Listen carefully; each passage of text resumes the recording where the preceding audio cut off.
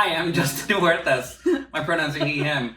I am the composer, lyricist, and story for the Lamplighter. He's on the story. Mm-hmm. I'm Kiki Delore Helland, she, her, and I'm on the Lamplighter story too.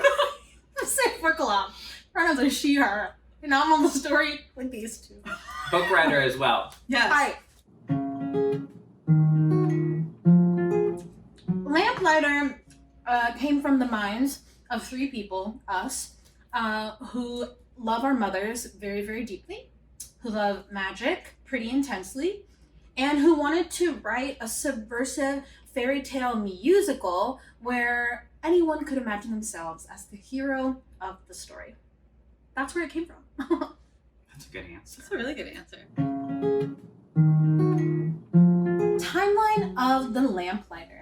In 2017, Village gave us a residency and said, make whatever you want. And we said, okay. So we made a weird witch play about marijuana, cannabis, and witches in a prophecy. It was Yeah. a prophecy. And you wrote like That's 3 right. songs. Yes, I did. Oh my Yeah. God.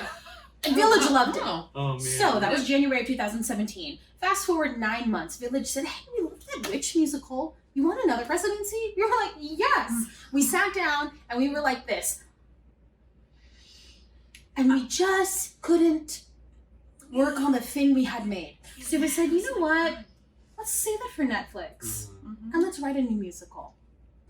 We dove deep. We were like, why are we writing this? What do we care about? What do we love? What do we love? What do we love, guys? What do we love so much that turned into this musical, that second residency? Mhm. Storytelling. Mothers. Magic. So the Lamplighter seeds were planted in that second residency. Then in 2018, we decided to self-produce it. We wanted to do a stage reading with a new draft of the script, and we did it at 18th and Union here in Seattle, an incredible independent arts organization with a cast of 5 people. Mhm. That one was very ensemble-y. It was awesome. And then the pandemic hit in 2020. And we were like, you guys, let's still try to be productive.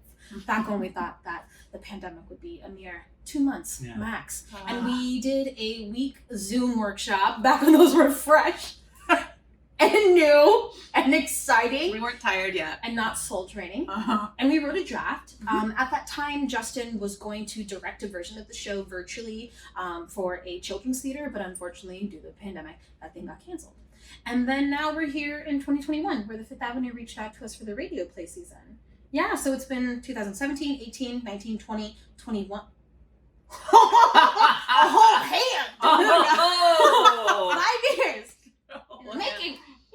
Yeah, it's just like, it's actually, we've had some incredible opportunities, like to, first of all, to have a theater come to us Yeah. in the first place and say, we love the 3 of you artists, we think you make great art together, like, smart. Mhm. Smart. Smart one. Smart on them, yeah. But all these opportunities have been incredible, and this was a special one too, because it gave us an opportunity to actually get back to work on the show. Mhm. Because it was, you know, it was sad at the beginning of the pandemic to like work into it, but then like you didn't know what was going to happen. Like No idea. we had no idea what theater was going to become, and people had not started doing radio plays yet or Zoom theater, and so to have the Fifth come to us, it was, I mean, that was really, really exciting because we Yeah. love the piece Yes. and we want it to keep living, and we have so much inside of us that we want to keep working on, and it was, yeah, it's been great.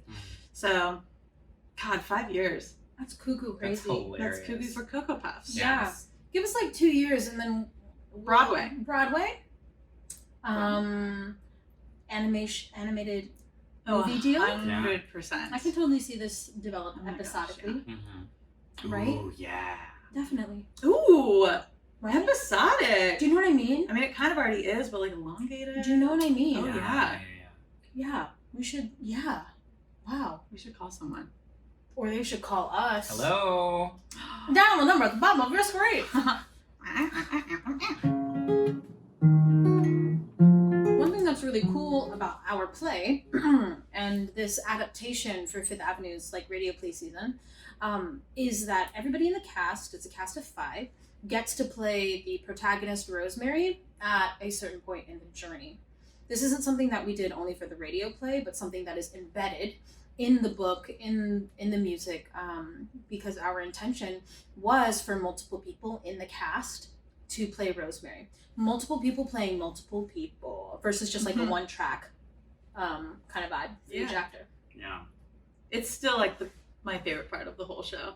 It just kind of like creates this like different, this really unique sense of ensemble, because there's at each specific leg of the journey, we're all supporting someone. There's someone who's a protagonist and we're supporting, and then that trades off. And so we get to see this character grow through 5 different bodies, which is really cool. And I think too, the conceit of having each person play Rosemary is also a way to reject physical type and the stereotypes that exist in casting a heroine or a hero in like a Western musical. And in that way, we wanted the role and the play to be inclusive of different types of bodies, different actors from different racial backgrounds. And I think we have some big dreams for the future adaptation of the play for the stage, maybe for like Pixar, maybe for like a movie. Yeah. Call us.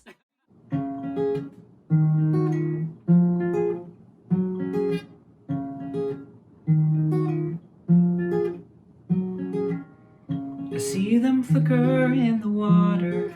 100 fairy tales fade into the night. I see them burn a little hotter. I see them move across the sky until they're out of sight. Why do they go away? Why don't they stay?